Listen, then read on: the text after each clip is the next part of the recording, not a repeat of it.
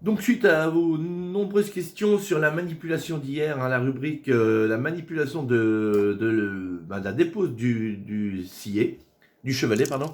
Donc je reprends pour ceux qui n'ont pas compris pourquoi je l'ai enlevé. C'est parce qu'il est cassé. Il est cassé, il a été refait plusieurs fois, et malgré ça, même si on le recolle, dans le meilleur des cas, en arrivant à avoir une bonne adhérence, ça finira par céder parce qu'il y a une telle tension sur ces cordes.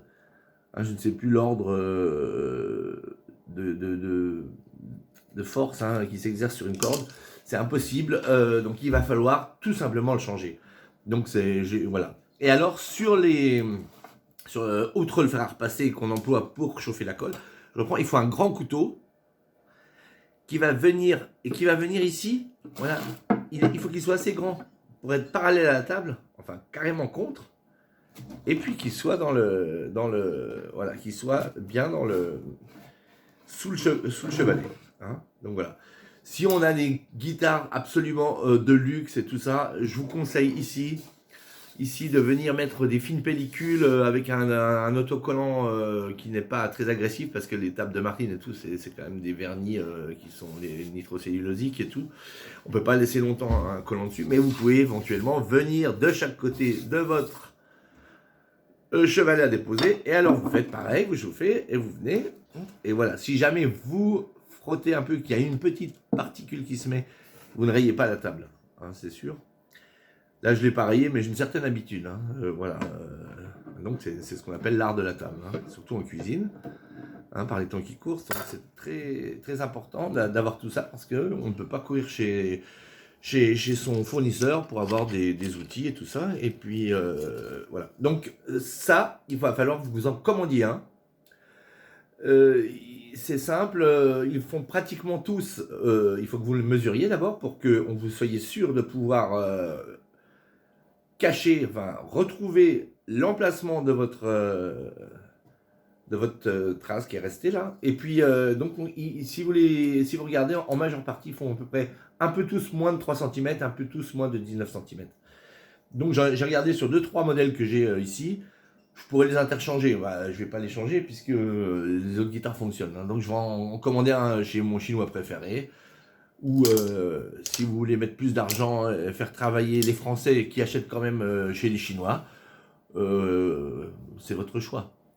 Donc voilà. Et puis, quand on se retrouve comme ça, pour terminer aujourd'hui la rubrique, voilà, on voit effectivement un petit arrachage des fibres du bois.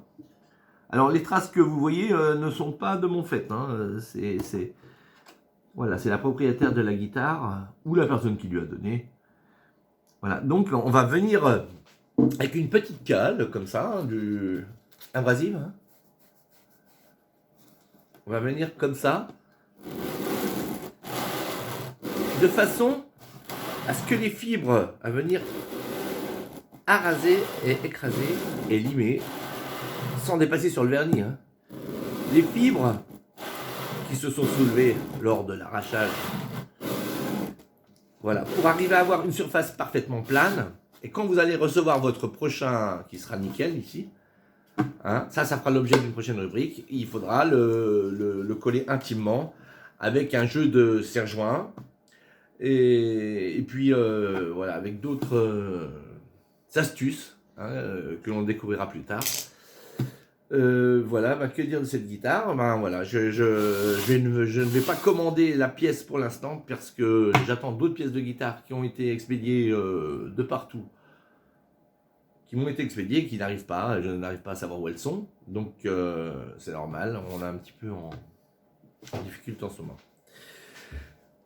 Et puis, donc voilà, cette guitare, il n'y aura pas grand chose à faire derrière, sinon l'accorder, et tout ça fera l'objet, donc comme je vous ai dit, d'une rubrique prochaine. Et je vous retrouve bientôt pour le manche, le manche, si vous vous rappelez, avant-hier, le manche où j'ai délibérément enlevé le sillet pourri. À l'ancienne, à l'arrache, et puis voilà.